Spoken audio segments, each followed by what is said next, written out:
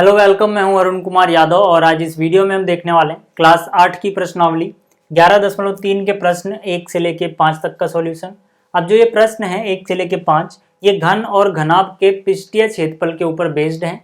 तो सबसे पहले हमें समझना पड़ेगा घन और घनाभ के पृष्ठीय क्षेत्रफल के लिए कौन कौन से फॉर्मूले यूज किए जाते हैं।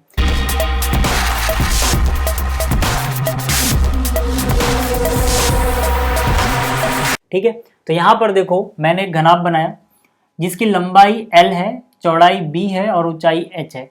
तो मतलब अगर हमारे पास एक ऐसा घनाभ है जिसकी लंबाई L, चौड़ाई B और ऊंचाई H है, तो हमारे पास जो इसके कुल पृष्ठीय क्षेत्रफल का फॉर्मूला आता है वो आता है 2 ब्रैकेट के अंदर LB plus BH plus HL। ठीक है, कुल पृष्ठीय क्षेत्रफल का क्या मतलब है कि कहीं से भी कोई भी एरिया छोड़ना नहीं है, जितना एरिया है सब यहाँ पर इंक्लूड करना है। ठीक, अब ये फॉर्मूला आया कैसे, ही अगर आपको इसको समझना है तो ऐसे समझो, अगर आपके पास आयत होता, ठीक है, जिसकी लंबाई L और चौड़ाई B होती, तो आयत का क्षेत्रफल आप जानते हैं L गुणा B यानी कि LB होता है। ठीक है, लंबाई गुणा चौड़ाई। अब यहाँ पर ये अगर आपको याद है तो सिंपल आप समझ सकते हो, जो किनारे किनारे की इसकी साइड्स हैं, ठीक है, किनारे किनारे की भुजाएं हैं जैसे L और एक किनारे पे B, दोनों को गुणा कर दिया है। तो वही कॉन्सेप्ट आपको यहाँ पे लगाना है। जो घनाभ है, ठीक है, उसका हर एक हिस्सा क्या है, एक आयत है। जैसे समझो एक कमरा है, ठीक है, तो कमरे की हर एक दीवार एक आयत जैसी है। ठीक है, जो फर्श है ये भी आयत जैसा है और जो छत है ये भी आयत जैसा है। ठीक है, तो अगर मैं फर्श का, सिर्फ फर्श का क्षेत्रफल निकालना चाहूँ, फर्श का एरिया निकालना चाहूँ, तो यहाँ पर किनारे किनारे की साइड कौन सी है, एक L है एक B है। तो मतलब इसका जो क्षेत्रफल होगा ये नीचे वाले फर्श का, ये L गुणा B हो जाएगा। ठीक है, जितना यहाँ पर इस फर्श का क्षेत्रफल होगा उतना ही ऊपर वाले छत का क्षेत्रफल होगा, यानी ये भी L गुणा B हो जाएगा, क्योंकि जितना बड़ा फर्श होता है उतनी बड़ी छत होती है। तो एक बार L गुणा B, एक बार L गुणा B, कितनी बार L गुणा B आएंगे, 2 बार। ठीक है, तो यहाँ पर 2 गुणा में LB यानी कि 2 बार LB आ रहा है। ठीक, इसी तरह से ये जो दीवार बची, अगर हम इसको एक कमरा समझे घनाभ को, तो इसका क्षेत्रफल क्या हो जाएगा, देखो एक तरफ इसमें B आ रहा है, एक तरफ H आ रहा है, तो इसका क्षेत्रफल हो जाएगा B गुणा H। ठीक है, तो जितनी बड़ी ये दीवार होगी, जितना क्षेत्रफल होगा, इतना ही क्षेत्रफल इसकी सामने वाली दीवार का भी होगा। तो अगर इसका BH है तो इसका भी BH होगा, मतलब 2 बार BH, इसीलिए 2 गुणा में BH आ गया। ठीक है, इसके अलावा ये जो सामने वाली दीवार दिख रही है आपको, ये देखो, इसका अगर हम क्षेत्रफल निकालें तो यहाँ पर ये क्या है, ये तो H है। ठीक है, ये ऊंचाई, जितनी ऊंचाई है उतनी ऊंचाई है, ये H है और ये L है, तो इसका क्षेत्रफल क्या हो जाएगा, HL। अब जितना क्षेत्रफल इस दीवार का है इतना ही इसके पीछे वाली दीवार का होगा, यानी HL भी 2 बार आएगा। ठीक है, तो यहाँ से आपको समझ में आया होगा कि भाई कुल पृष्ठीय क्षेत्रफल हम कैसे निकालेंगे। ठीक है, अब मान लो प्रश्न ऐसे आ जाए कि यहाँ पर आपको चारों दीवारों पे सफेदी करनी है और ऊपर छत पे भी करनी है, लेकिन नीचे वाले फर्श को छोड़ देना है, तब वहां पर ये फॉर्मूला नहीं लगेगा, क्योंकि वहां पे हम छत को तो ले रहे हैं, फर्श को छोड़ रहे हैं। तब वहां पे क्या करना, एक बार जो फर्श का एरिया है B गुणा H वो घटा देना। ठीक है, ये आपको तब करना है जब फर्श को छोड़ दिया जाए, या फिर फर्श को लिया जाए और छत को छोड़ दिया जाए, मतलब ऊपर और नीचे वाले में से किसी एक को अगर छोड़ा जाए तो एक बार आप L गुणा B घटा दोगे। ठीक, ये तो आपको समझ में आ गया। अब बात करते हैं घनाभ का पार्श्व पृष्ठीय क्षेत्रफल क्या होता है। ये होता है 2H ब्रैकेट के अंदर L जमा में B। अब पार्श्व पृष्ठीय क्षेत्रफल को ही हम वक्र पृष्ठीय क्षेत्रफल भी बोलते हैं। तो बहुत बार कंफ्यूजन रहती है कि पार्श्व पृष्ठीय क्षेत्रफल और वक्र पृष्ठीय क्षेत्रफल में क्या अंतर होता है। दोनों एक ही चीज होती है, लेकिन वक्र पृष्ठीय क्षेत्रफल तब बोलना ज्यादा अच्छा रहता है जब जो सतह है वो वक्र हो। वक्र मतलब ऐसे घूमी हुई हो, जैसे कि अगर बेलन होता तो बेलन में जो सतह होती है ऐसे घूमी होती है, तब वहां पे वक्र बोलना ज्यादा सही रहता है। फिलहाल यहाँ पर हम पार्श्व ही बोलेंगे, वक्र बोल भी दोगे तो कोई ऐसा गलत नहीं होगा। ठीक है, तो यहाँ पर देखो, अब जो ये पार्श्व पृष्ठीय क्षेत्रफल होता है ये 2H L जमा B आया, तो इसका मतलब क्या है, किस क्षेत्रफल को हम पार्श्व पृष्ठीय क्षेत्रफल बोल रहे हैं, जब सिर्फ चारों दीवारों का क्षेत्रफल निकाला जा रहा है। मतलब फर्श का भी छोड़ दो और छत का भी छोड़ दो, ठीक है, नीचे और ऊपर वाला दोनों हिस्सा अगर हम छोड़ दें तो जो हिस्सा बचेगा उसका क्षेत्रफल जो है उसको हम पार्श्व पृष्ठीय क्षेत्रफल बोलते हैं। तो सोचो कि अगर हमने ये L गुणा B नीचे वाला छोड़ दिया, ऊपर वाला भी छोड़ दिया, तो LB तो खत्म हो गया, क्या बचेगा, तब ये जो फॉर्मूला है, ठीक है ना, ये जो फॉर्मूला है इसमें आप L और B को अगर हटा दो, क्योंकि नीचे वाला भी ऊपर वाला हट गया, दोनों बार हटा दो तो क्या बचेगा आपके पास, ये बचेगा। देखो 2, यहाँ पे क्या रह जाएगा BH, और यहाँ पे क्या रह जाएगा HL। ठीक है, तो 2 अगर बाहर है, यहाँ पर भी H है, यहाँ पर भी H है, H उभयनिष्ठ है तो इसको बाहर ले लो। यहाँ पर क्या बचेगा B, और यहाँ पे क्या बचेगा L। तो यही चीज़ देखो मैंने यहाँ पे लिखी है 2H ब्रैकेट में L जमा B, यहाँ पे L यहाँ पे B, आगे पीछे लिखने से कोई फर्क नहीं पड़ता। ठीक है, तो आपको इतनी बात समझ में आ गई कि वक्र पृष्ठीय क्षेत्रफल घनाभ में बोलने का मतलब है कि इसमें नीचे वाला फर्श और ऊपर वाली छत का एरिया हटा दिया गया है, बाकी चारों दीवारों का क्षेत्रफल है। तो कभी कभी क्वेश्चन आता है चारों दीवारों पर सफेदी करनी है, तो चारों दीवारों का एरिया में निकालना होता है, क्षेत्रफल निकालना होता है, तब हम वहाँ पे ये वाला फॉर्मूला लगाएंगे। ठीक, और जो आयतन है, आयतन का मतलब इसमें अगर आपको पानी भरना हो तो कितनी जगह है इसके अंदर। ठीक है, तो आयतन इसका होता है L गुणा B गुणा H। आयतन जो है 11.4 में काम आएगा, 11.3 में हमारा काम इन दोनों से चल जाएगा। ये फॉर्मूला बहुत सारे लोगों को याद करना कठिन लगता है, तो देखो इसको याद करने का एक छोटा सा ट्रिक है। यहाँ पर 3 चीजें हैं, L, B और H, ये 3 चीजें हमारे पास। तो इस फॉर्मूले को याद करने के लिए क्या करो, देखो सबसे पहले 2 लिख दो, सबसे पहले 2 लिख दो, फिर यहाँ पर 2 को लो, पहले L और B ले लिया, फिर प्लस लगाओ, फिर B से H पे आ जाओ, ये BH हो गया, प्लस लगाओ, H पे आ चुके हो, H से वापस L पे चले जाओ, HL हो गया। ठीक है, पूरा फॉर्मूला आपको ऐसे याद हो जाएगा आसानी से। ठीक है, तो कोई दिक्कत वाली बात नहीं है। चलो, तो ये हो गया। अब इसके बाद देखो, घन का कुल पृष्ठ क्षेत्रफल होता है 6a², अगर घन की भुजा a है। ठीक है, और इसका पार्श्व पृष्ठ क्षेत्रफल होता है 4a², और इसका आयतन होता है a का घन यानी a⁻3। यहाँ पर 4a² क्यों आया, 6² क्यों आया, देखो यहाँ पर, ठीक है, यहाँ पर इसकी हर एक सतह एक वर्ग होगी घन में, जैसे नीचे वाला फर्श एक वर्ग होगा, ऊपर वाली छत एक वर्ग होगी, चारों दीवारें एक एक वर्ग होंगी, और सभी बराबर हैं आपस में। तो वर्ग का क्षेत्रफल आप जानते हो a का वर्ग होता है। ठीक है, तो नीचे वाले फर्श का क्षेत्रफल a², ऊपर वाली छत का a², 2a² यहाँ से हो गए, चारों दीवारों का 4a², तो 4a² जमा 2a², 6a² कुल एरिया आ गया। जब हम यहाँ पे पृष्ठीय क्षेत्रफल की बात करेंगे तो नीचे और ऊपर वाला नहीं लेंगे, सिर्फ चारों दीवारों का क्षेत्रफल लेंगे, तो चारों दीवारों का क्या हो जाएगा, 4a²। ठीक है, तो ये भी आपको समझ में आ गया होगा कि यहाँ पे 4a² और 6a² क्यों आया, और इसका आयतन होता है a3, याद रखना। अब प्रश्नों को शुरू करते हैं। यहाँ पर देखो, अगर आपको ये सारी बातें जो मैंने बताई समझ में आई हैं, तो अब सिर्फ कैलकुलेशन का खेल रह जाएगा कि कैलकुलेशन में आपसे गलती ना हो, बाकी कॉन्सेप्ट आपको समझ में आ जाएगा। तो यहाँ पर क्या बोला गया है, पहले प्रश्न में इसकी बात करते हैं। यहाँ पे बोला गया है 2 घनाभाकार डिब्बे हैं, जैसा कि संलग्न आकृति में दर्शाया गया है, किस डिब्बे को बनाने के लिए कम सामग्री की आवश्यकता है। तो यहाँ पर ये डब्बा है जिसका नाम है A, यहाँ पर दूसरा डब्बा है जिसका नाम है B, दोनों घनाभाकार है। आपको याद रखना है, घन को हम घनाभ भी बोल सकते हैं। ठीक है, हर एक घन एक घनाभ भी होता है, लेकिन इसका उल्टा सही नहीं है। ठीक, तो यहाँ पर असलियत में तो ये घन है।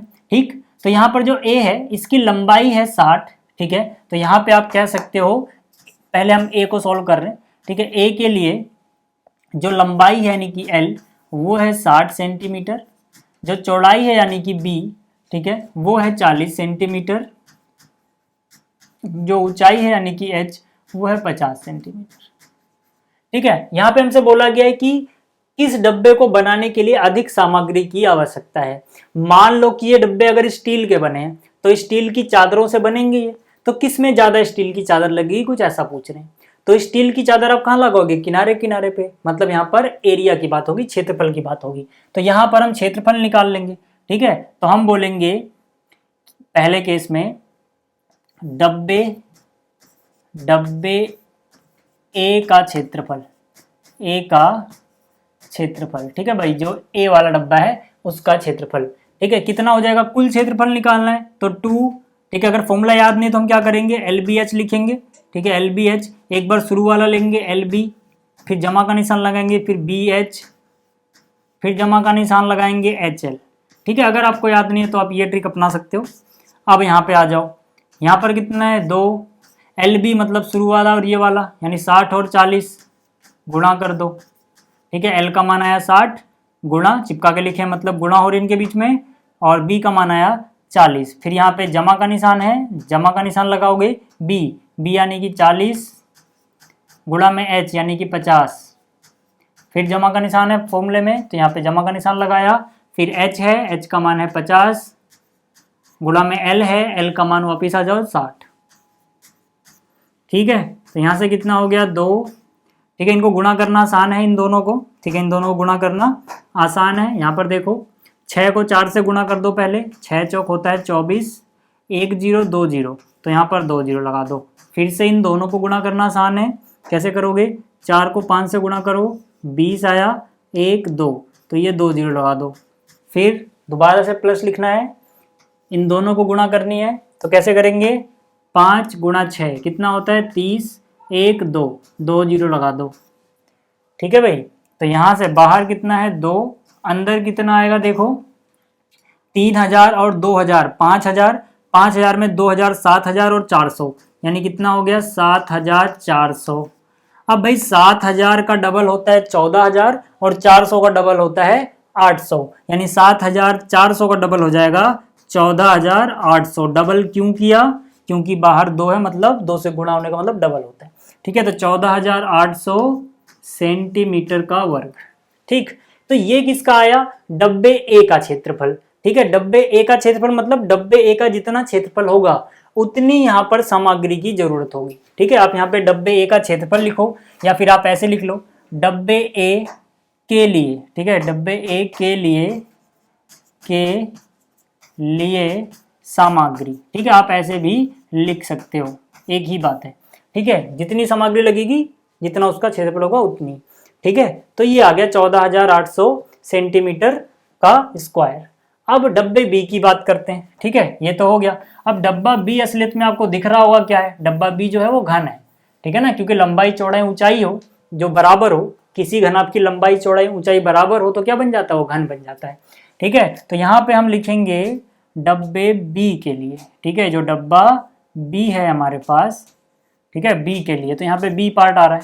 ठीक है, यहाँ पे कितना आ रहा है, बी पार्ट। आप याद रखना, ठीक है, क्योंकि मैंने तो मिटा दिया है, बाद में हमें बताना है कि यहाँ पर किसको बनाने के लिए कम की जरूरत है। तो आप याद रखना, जो पहला था इसको बनाने के लिए कितनी सामग्री आई थी, 14800 वर्ग सेंटीमीटर, इतना चाहिए था। जिस चीज से भी बन रहा है, कागज से बन रहा है तो इतने क्षेत्रफल कागज का चाहिए, स्टील से बना है तो इतना क्षेत्रफल स्टील का चाहिए।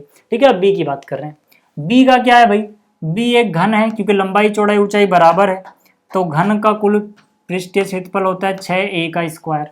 यहाँ पे आपको पता है, ठीक है, कि यहाँ पर a का मतलब क्या है, 50 सेंटीमीटर। ठीक है, घन की भुजा को हम a बोलते हैं, इससे पहले आप देख सकते हो, जो घन की भुजा उसे a बोलते हैं। ठीक है, तो इससे कंफ्यूज मत होना, यहाँ पर इस आकृति का नाम भी a है। ठीक है, और यहाँ पे भुजा को मैं a बोल रहा हूँ, आकृति नहीं है। ठीक, तो पहला पार्ट तो हो चुका है, इसको मिटा ही देते हैं बल्कि।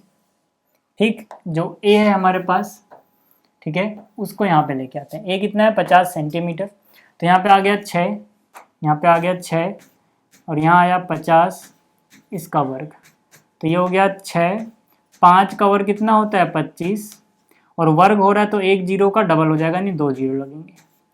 25 का पहाड़ आपको आता होगा, 25 गुणा में 6 होता है 150, अगर नहीं आता तो 6 से गुणा कर लो। ठीक है, 6 पंजे 30 का 0 हासिल 3, 6 दूनी 12 3 15, और 2 0 है तो 2 0 और लगाओगे, यानी 15000 वर्ग सेंटीमीटर किसको बनाने में लगेगा, जो डब्बा बी है। ठीक है, अब बताओ इसको बनाने में, जो डब्बा बी है इसको बनाने में लग रहा है 15000 वर्ग सेंटीमीटर, और इसको बनाने में लग रहा है 14800। तो यहाँ पर देखो जी, ये 15000 वर्ग सेंटीमीटर और ये 14800 वर्ग सेंटीमीटर। हमसे पूछा गया था कम कौन है, तो किसको बनाने में कम लग रही है, जो डब्बा ए है। ठीक है, तो यहाँ पे आप लिख सकते हो कि जो डब्बा ए है इसको बनाने में कम सामग्री लग रही है। ठीक, तो ये लाइन आप खुद लिख लेना कि ए को बनाने में कम सामग्री लगेगी। अब बात करते हैं अगले प्रश्न की। तो अब देखो, जो इसका प्रश्न 2 है, इसमें हमसे बोला गया है 80 centimetre into 48 centimetre into 24 centimetre माप वाले एक सूटकेस को तिरपाल के कपड़े से ढकना है। ऐसे 100 सूटकेसों को ढकने के लिए 96 सेंटीमीटर चौड़ाई वाले कितने मीटर तिरपाल के कपड़े की आवश्यकता होगी। ठीक है, तो यहाँ पर हमारे पास क्या है, 100 सूटकेस हैं जिनको ढकना है, और हर एक सूटकेस घनाभ के आकार का है, क्योंकि यहाँ पे लंबाई चौड़ाई और ऊंचाई तीनों चीज़ें दी गई हैं, इसका मतलब ये घनाभ के आकार का है। ठीक है, तो यहाँ पर ये समझो जो मैंने बनाया ये एक सूटकेस है, ऐसे ऐसे 100 सूटकेसों को ढकना है। ठीक है, यहाँ पर लंबाई चौड़ाई और ऊंचाई हमें पता है, ठीक है। तो यहाँ पर पहली लंबाई है, दूसरी चौड़ाई, तीसरी ऊंचाई। तो लंबाई है 80 सेंटीमीटर, चौड़ाई है 48 सेंटीमीटर और ऊंचाई है 24 सेंटीमीटर।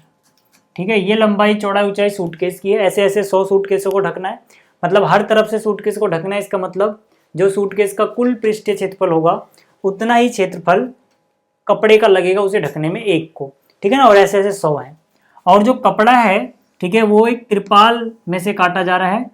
अब इसकी कितनी लंबाई लें? चौड़ाई तो हमें पता है, जो इसकी चौड़ाई है वो हमें पता है कितनी है, 96 सेंटीमीटर। लेकिन लंबाई कितनी ले ये हमें नहीं पता। ठीक है, तो मान लो यहाँ तक की लंबाई ली जाती है, बाकी को काट के अलग कर दो। ठीक है ना, ये बहुत लंबा सा था, हमें एल लंबाई तक की जरूरत थी, हमने इतना काट लिया। तो मतलब ये जो कपड़े का क्षेत्रफल होगा, क्योंकि यहीं से काट के 100 सूटकेसों के लिए ढकने का बनाया जाएगा, तो मतलब जो ये त्रिपाल का क्षेत्रफल आएगा, ठीक है, ये बराबर होना चाहिए 100 सूटकेसों के क्षेत्रफल के। तब जितनी इसकी लंबाई लगेगी वो लंबाई हमें बतानी है। ठीक है, तो यहाँ पे हम यहाँ पे बोलेंगे कि भाई सिंपल सी बात है कि एल बी एच हमें पता है, तो यहाँ पे हम बोलेंगे 100 सूटकेसों। ठीक है, 100 सूटकेसों के लिए कपड़ा। ठीक है, कितने के बराबर हो जाएगा? देखो, एक सूटकेस के लिए कितना कपड़ा लगेगा? 2, ब्रैकेट के अंदर एल बी प्लस में बी एच प्लस में एच एल। ये कितने को ढकने के लिए लग रहा है? एक सूटकेस को ढकने के लिए इतना लग रहा है। ठीक है ना, जब हम एक सूटकेस को ढक रहे हैं। अब हमारे पास कितने सूटकेस हैं? ऐसे ऐसे 100 सूटकेस हैं, तो इसको हम क्या करेंगे? 100 से गुणा कर देंगे। ठीक है ना, 100 सूटकेसों को ढकने के लिए जो यहाँ से कपड़ा लगा, ठीक है, वो इतने के बराबर होगा। एक सूटकेस को ढकने के लिए कितना कपड़ा लगेगा? जितना एक सूटकेस का कुल पृष्ठीय क्षेत्रफल है, क्योंकि हर तरफ से कवर करना है। और ऐसे ऐसे कितने हैं? 100 हैं। अब बताओ, ये जो कपड़ा आ रहा है इसको ढकने के लिए, कहाँ से आ रहा है? ये यही वाला कपड़ा तो है। मतलब कि जितनी लंबाई का हम कपड़ा काटेंगे, ठीक है, वो सारा जो क्षेत्रफल बनाएगा वो इसके बराबर होना चाहिए। तो कहने का मतलब है जो सूटकेस को ढकने के लिए कपड़ा लगा, इसको हम अगर यहाँ से निकाले तो ये आएगा लंबाई गुणा चौड़ाई एल गुणा बी, क्योंकि ये एक आयत जैसा है। जब आप कुछ सिलवाने जाते हो, जैसे पैंट वगैरह, शर्ट वगैरह, तो जिसमें से कपड़ा काटा जाता है वो पहले कैसा होता है? आयत के आकार का। फिर इसमें से काट के दर्जी अलग अलग डिजाइन बनाते हैं। तो वैसे ही ये आयत के आकार का है। इसका क्षेत्रफल कितना हो जाएगा? एल गुणा में बी। इसका क्षेत्रफल हो जाएगा एल गुणा बी। ठीक है, तो यही एल गुणा बी जो इसका क्षेत्रफल आ रहा है, ये कितने के बराबर होगा? जो 100 सूटकेसों का कपड़ा लगा, क्योंकि कपड़ा यहीं से गया। तो मतलब ये एल गुणा बी बराबर होना चाहिए ये जो 100 सूटकेस हैं, ठीक है ना, 100 सूटकेस का क्षेत्रफल है, यानी कि 100 गुणा में, ठीक है, 2।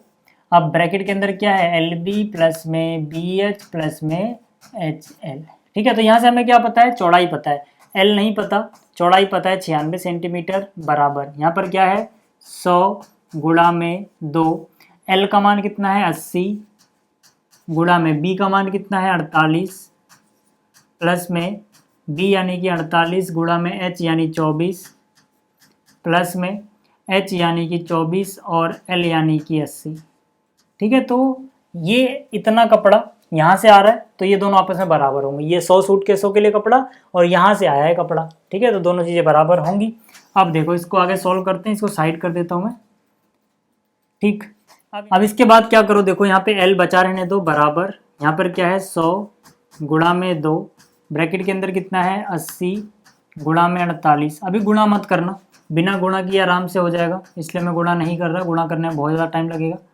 24 गुणा में 80। ठीक है, ये जो 96 इधर गुणा में था, इधर भाग में आ जाएगा।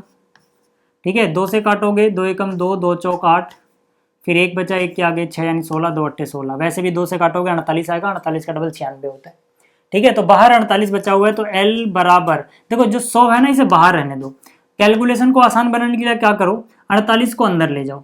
ठीक है, तो मतलब देखो, यहाँ पे पहले से 80 गुणा 48 था। ठीक है, 80 गुणा 48 प्लस में 48 गुणा में 24 प्लस में 24 गुणा में 80। मैं जानबूझ के गुणा नहीं कर रहा, क्योंकि गुणा के बिना ही आराम से हो जाएगा। देखो, अब जो ये बाहर 48 है, नीचे अंदर जाएगा तो इसके नीचे भी जाएगा, इसके नीचे भी जाएगा, इसके नीचे भी जाएगा, तीनों के नीचे जाएगा। ठीक है, देखो ऐसा है ना कुछ, बटे में 48। ये 48 में नीचे अंदर ले जा रहा हूँ डिवाइड में। ठीक है, तो 48 को अंदर ले गए तो इसके नीचे भी जाएगा, फिर प्लस आ गया तो इसके नीचे भी जाएगा और इसके सबके नीचे डिवाइड में चला जाएगा। अब ये ऐसा मैंने क्यों किया, ऐसा इसलिए किया क्योंकि कट जाए, इस 48 से 48 कट गया, 24 का देखो यहाँ से 48 और ये 48 कट गया, ठीक है। 24 एकम 24, 24 का डबल कितना होता है 48, ठीक है। और 2 से इसको काटोगे कितना हो जाएगा 40। देखो कितना आसान हो गया, हमें गुणा करनी ही नहीं पड़ी। यहाँ पे आया 100, अंदर कितना बचा है यहाँ पे 80, ठीक है ना, क्योंकि दोनों कट गए 80 बचा है, प्लस ये कट गए कितना बचा है 24 बचा है, ठीक है, प्लस ये दोनों कट गए कितना बचा है 40 बचा है, ठीक है भाई। तो यहाँ पर 80 और 20 100, 140 और 144, अंदर कितना बच गया 144 और बाहर गुणा में कितना बचा हुआ है 100, तो कितना हो जाएगा 144, ठीक है, 144 आगे 20 सेंटीमीटर। इसी को अगर आप मीटर में बदलना चाहते हो, इसी को अगर आप मीटर में बदलना चाहते हो तो 100 से भाग दे दो। तो जैसे ही मैं इसको 100 से भाग दूंगा, जैसे ही 100 से अलग करते हैं इसको, ठीक है, जैसे ही मैं इसको 100 से भाग दूंगा, यहाँ पे जगह में बना लेते हैं, इसको मिटा देते हैं, इसका कोई काम नहीं रहा, ठीक है। तो यहाँ पर बराबर में लिख रहा हूँ, इसके बाद यहाँ पर तो हमारे पास है 14400 सेंटीमीटर था। जैसे ही मैं इसको 100 से भाग दूंगा ये सेंटीमीटर से मीटर बन जाएगा, ठीक है। तो यहाँ से इससे कट गया, कितना आ गया 144 मीटर, ठीक है। तो मतलब 144 मीटर लंबे तिरपाल की जरूरत पड़ने वाली है। अब देखो जो प्रश्न 3 है, इसमें हमसे बोला गया है एक ऐसे घन की भुजा ज्ञात कीजिए जिसका पृष्ठीय क्षेत्रफल 600 वर्ग सेंटीमीटर है। तो यहाँ पर देखो मान लेते हैं कि जो भुजा है जो हमें ज्ञात करनी है वो ए है, ठीक है। मैंने यहाँ पे लिखा माना भुजा बराबर है ए के, ठीक है, भुजा कितनी है ए के है। और जो घन का पृष्ठीय क्षेत्रफल दिया गया है हमें, घन का पृष्ठीय क्षेत्रफल वो हमें दिया गया है 600, ठीक है, वो कितना दिया गया है 600 वर्ग सेंटीमीटर। अब देखो जब यहाँ पे सिर्फ पृष्ठीय लिखा जाए, ठीक है, कुल ना भी लिखा जाए तब भी हम इसको कुल पृष्ठीय क्षेत्रफल मान के चलेंगे, क्योंकि अगर पार्श्व बोला जाएगा तो वो अलग से लिखना पड़ेगा। अगर यहाँ पे कुछ नहीं लिखा है तो आपको समझ जाना है कि वो कुल पृष्ठीय क्षेत्रफल ही दिया गया है, ठीक है ना। तो जो कुल पृष्ठीय क्षेत्रफल होता है घन का वो होता है 6 गुणा में भुजा का वर्ग, और ये कितने के बराबर है, ये बराबर है 600 के। तो यहाँ से ए का वर्ग कितने के बराबर हो जाएगा 600 बटे में 6 के, ठीक है, क्योंकि यहाँ पर 6 जाएगा डिवाइड में, 600 को 6 से डिवाइड करोगे कितना आ जाएगा 100 आ जाएगा। ए का वर्ग 100 है तो अगर ए का मान निकालोगे तो ये वर्गमूल में चला जाएगा, हालांकि प्लस माइनस में जाएगा, लेकिन जो घन की भुजा है वो कभी भी नेगेटिव नहीं होती, ऋणात्मक नहीं होती, इसलिए हम माइनस नहीं लगाएंगे। तो ए का मान कितना हो जाएगा 10, 100 का वर्गमूल कितना होता है 10 होता है, ठीक है। तो जो ए है वो हमारे पास आ गया 10 सेंटीमीटर। तो ये था इसका तीसरा प्रश्न। अब बात करते हैं चौथे की। अब देखो जो इसका चौथा प्रश्न है, इसमें हमसे बोला गया है रुखसार ने 1 metre into 2 metre into 1.5 metre माप वाली एक पेटी को बाहर से पेंट किया। यदि उसने पेटी के तल के अतिरिक्त सभी जगहों से पेंट किया तो ज्ञात कीजिए उसने कितने पृष्ठीय क्षेत्रफल को पेंट किया।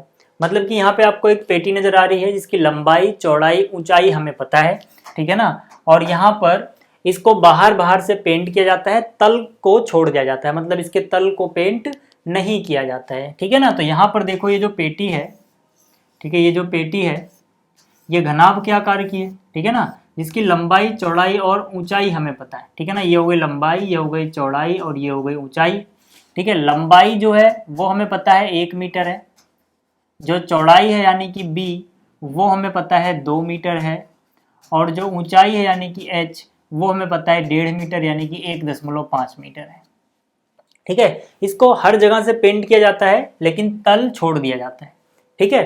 तो हमें बताना है कितना क्षेत्रफल इसका पेंट किया। तो हम बोलेंगे पेंट, हम क्या बोलेंगे, पेंट किया गया क्षेत्रफल, पेंट किया गया क्षेत्रफल बराबर, ठीक है। देखो अगर यहाँ पे कुल पृष्ठीय क्षेत्रफल पेंट किया गया होता तो फॉर्मूला क्या लगता, तब फॉर्मूला लगता 2 ब्रैकेट के अंदर LB प्लस में BH प्लस में HL। लेकिन क्योंकि नीचे पेंट नहीं किया गया है तो नीचे वाले तल का क्षेत्रफल हमें कुल में से हटाना पड़ेगा क्योंकि वहां पे पेंट नहीं हुआ है। तो मैंने आपको इंट्रोडक्शन में बताया था, अभी जो थोड़ी देर पहले दिया था, कि अगर नीचे पेंट नहीं किया जा रहा है या फिर नीचे वाला हिस्सा छोड़ना है तो आपको L गुणा बी यानी नीचे वाला क्षेत्रफल माइनस करना पड़ेगा। ठीक है, तो बस यहाँ पे आप फॉर्मूले में सारी वैल्यूज रख दो, आपको यहाँ पर जो आंसर है वो मिल जाएगा। तो यहाँ पर देखो बाहर लिखा मैंने 2, L गुणा बी, L का मान है 1 गुणा में B का मान है 2, फिर यहाँ पे जमा का निशान लगाओ, फिर B गुणा H, B का मान है 2 और H का मान है 1.5, फिर H गुणा में L यानी कि 1.5 गुणा में 1, और माइनस में क्या चल रहा है देखो। ठीक है, इसको थोड़ा साइड कर लेते हैं। माइनस में क्या चल रहा है, यहाँ पे माइनस में है L गुणा बी यानी कि 1 गुणा में 2। ठीक है, तो 1 गुणा में 2 लिख दिया इधर, बराबर, बाहर है 2, अंदर देखो 1 को 2 से गुणा करोगे 2 आ जाएगा, प्लस 2 को 1.5 से करोगे 1.5 दूनी 3 होता है। ठीक है ना, 3.0 या फिर 3 लिख दो सीधा, प्लस 1.5 को 1 से करोगे ये 1.5 ही रहेगा, माइनस में 1 दूनी 2 हो गया ये। ठीक है, इतना आपको समझ में आ गया होगा। कितना आएगा देखो, बाहर तो 2 चल रहा है, अंदर कितना है 3 और 2 5, 5 में 1.5 जोड़ा, 5 और 1 6 और आधा यानी 6.5, 6.5 माइनस में 2, यहाँ पर है 6.5 मतलब कि 6 और आधा 6.5, 6.5 का डबल 2 से गुणा करोगे हो जाएगा 13, भाई 6 और 6 12, आधा आधा 1 यानी 13 हो गया। वैसे भी आप गुणा करके देख लेना, 13.0 आएगा, दशमलव के बाद 0 हटा दिया। ठीक है, 2, तो 13 में से 2 गया 11, यानी कि 11 वर्ग मीटर क्षेत्रफल को पेंट किया गया है। ठीक है ना, फिर से समझा रहा हूँ, इसको अगर आप गुणा करोगे 13.0 मिलेगा, 0.0 मैंने हटा दिया। ठीक, तो यहाँ से ये हो गया चौथा प्रश्न। अब बात करते हैं पांचवे की। ठीक है, अब देखो जो पांचवा प्रश्न है इसमें हमसे बोला गया डैनियल एक घनाभाकार कमरे की दीवारों और छत को पेंट कर रहा है जिसकी लंबाई, चौड़ाई और ऊंचाई क्रमशः 15 मीटर, 10 मीटर और 7 मीटर है। पेंट की प्रत्येक कैन की सहायता से 100 वर्ग मीटर क्षेत्रफल को पेंट किया जा सकता है, तो उस कमरे के लिए उसे कितनी कैनों की आवश्यकता होगी। कहने का मतलब है देखो एक घनाभाकार कमरा है। ठीक, ये जो घनाभाकार कमरा है इसकी लंबाई, चौड़ाई और ऊंचाई हमें बताई गई है। ठीक है ना, लंबाई, चौड़ाई और ऊंचाई हमें बताई गई है। लंबाई कितनी है 15 मीटर, तो यहाँ पे मैं लिख देता हूँ, लंबाई है 15 मीटर। जो चौड़ाई है वो कितनी है, चौड़ाई है 10 मीटर, और जो ऊंचाई है वो कितनी है, वो है 7 मीटर। ठीक है, तो लंबाई, चौड़ाई और ऊंचाई हमें बतानी है। इसकी चारों दीवारों, ठीक है ना, इसकी चारों दीवारों पे पेंट करना है और छत पे पेंट करना है। फर्श को छोड़ देना है, जाहिर सी बात है फर्श पे हम पेंट नहीं करते हैं। ठीक है, तो हमें ये बताना है कि अगर हमारे पास जो पेंट है उसकी जो कैन है यानी पेंट का जो डब्बा है उसमें इतना पेंट आता है कि अगर 100 मीटर स्क्वायर क्षेत्रफल को हम पेंट करेंगे तो वो खत्म हो जाएगा। मतलब एक कैन से हम 100 वर्ग मीटर क्षेत्रफल को पेंट कर सकते हैं। तो चारों दीवारों और छत को पेंट करने में कितनी कैनों की जरूरत होगी। ठीक है, ये हमें बताना है। तो उसके लिए हम करेंगे क्या, पहले हम ये पता करेंगे कि हमें पेंट कितने क्षेत्रफल पे करना है। ठीक है, जैसे मान लो अगर हम पता करें और आंसर हमें मिल जाए कि 300 वर्ग मीटर आ रहा है टोटल, ठीक है, जिस पे पेंट करना है, तो हमें पता लग जाएगा एक कैन से 100 होता है तो 3 कैन से 300 हो जाएगा। अगर 400 आएगा तो 400 4 कैन से हो जाएगा। मतलब पहले ये पता लगाना है कि कितने वर्ग मीटर पे पेंट हमें करना है। ठीक है, तो हम यहाँ पर लिखेंगे वह क्षेत्रफल जिस पर पेंट करना है। ठीक है, वो कितना है, पहले वह क्षेत्रफल जिस पर पेंट करना है। ठीक है, जिस पर पेंट करना है।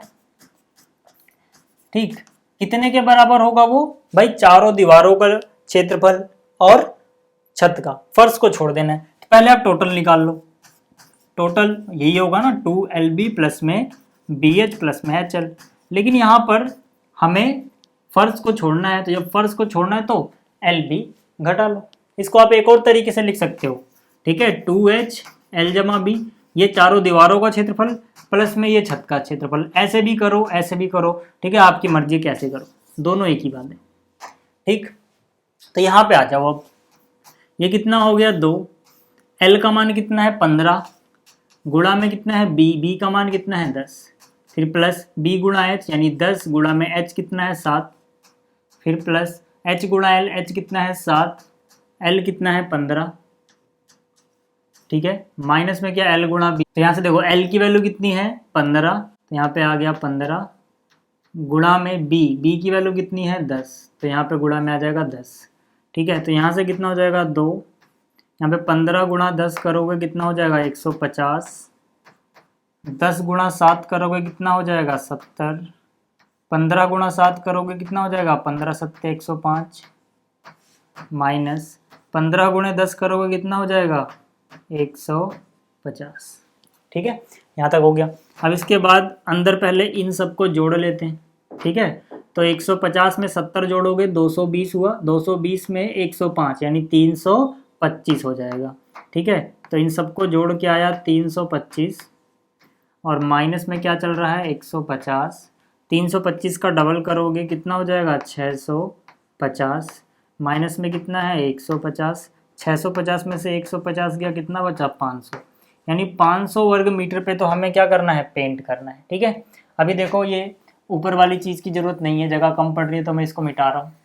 ठीक है, अब देखो एक कैन से कितना पेंट हो सकता था 100 वर्ग सेंटीमीटर, तो 500 के लिए कितने चाहिए 5 कैने चाहिए। आप ऐसे ही पता लगा सकते हो भाई 1 से 100 होगा तो 5 से 500 हो जाएगा। ठीक है, अभी इसको मिटा रहा हूँ मैं, देखो कैसे करेंगे, इसको दिखाएंगे कैसे करके। तो हम यहाँ पे बोलेंगे कैनों की संख्या। ठीक है, हम यहाँ पे क्या बोलेंगे कितनी कैन लगेंगी, कैनों की संख्या, कैनों की संख्या। ठीक है, कैनों की संख्या कितने के बराबर होगी, यहाँ पर कितना है 500 वर्ग मीटर जिस पे हमें पेंट करना है, और एक कैन से कितना हम पेंट कर सकते हैं 100, तो भाई जितने पे पेंट करना है उसको ऊपर रखो, एक कैन से जितना पेंट हो सकता है उसको नीचे रखो और इसे काट दो, तो 100 पंजे 500 यानी कि 5 कैन लगेंगी। तो कैनों की संख्या कितनी आएगी 5 आएगी। ठीक है, तो उम्मीद है आपको ये सवाल समझ में आ गया होगा। आप चाहो तो स्क्रीनशॉट ले सकते हो इसका। ठीक है, तो इस वीडियो में इतना ही, जल्दी ही मिलेंगे अगली वीडियो में। Thanks for watching.